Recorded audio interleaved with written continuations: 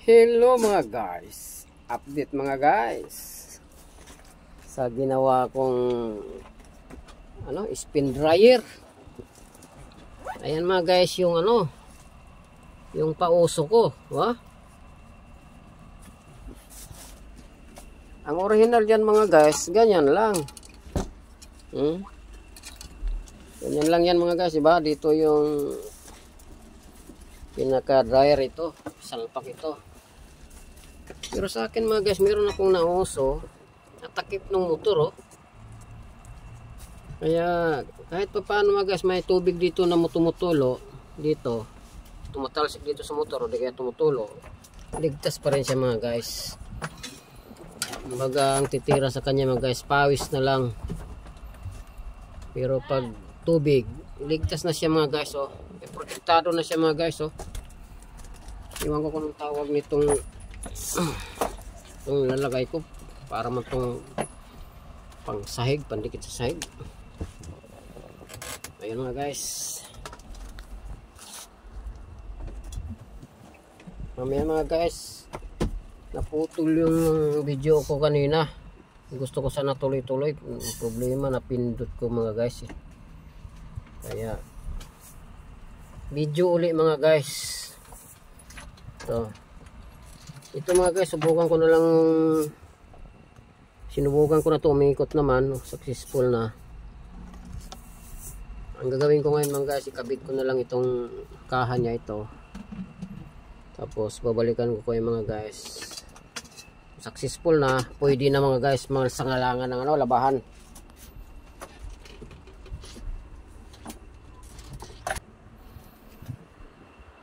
Kanina pala mga guys, yung paandarin ko ito, hindi umaandar kasi na putol nga yung video ko na ito, paandar na yun mga guys. Tingnan nyo. Di ba mga guys, umikot na yan tumutunog di ba? Kung isalpak itong na to, yung pinaka dryer niya, itong kuan na to, yung preno, di yan, ikot na tong dito sa yung lagay ng damit. Ikot siya mga guys, at safe na siya mga guys sa motor, kasi meron na siyang tabon mga guys, payong. Okay mga guys, ang bagong discover ko hindi lang kayo sa pag-aayos ng kung ano kahit anong bagay, praktisan mga guys. Hello mga guys, update. Ayan mga guys, ang gawa ko, finish na mga guys. Ayan na. Yan ang itsura niya sa loob mga guys, kita ba? Parang kita yata, di ba? Paano? Ito na yan guys, mga kabuuan mga guys, testing mga guys, kung talagang gumagana. Saksak natin mga guys. Tapos testing natin mga guys,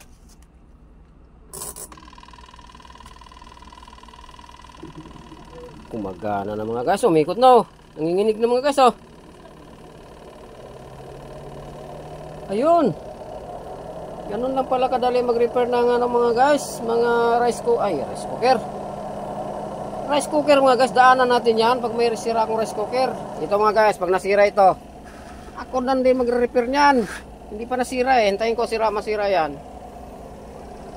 Ngayon mga guys, magana na ikot na.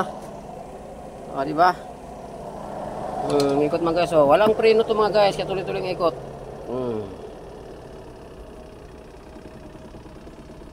Buhay na naman mga guys ang aming dryer.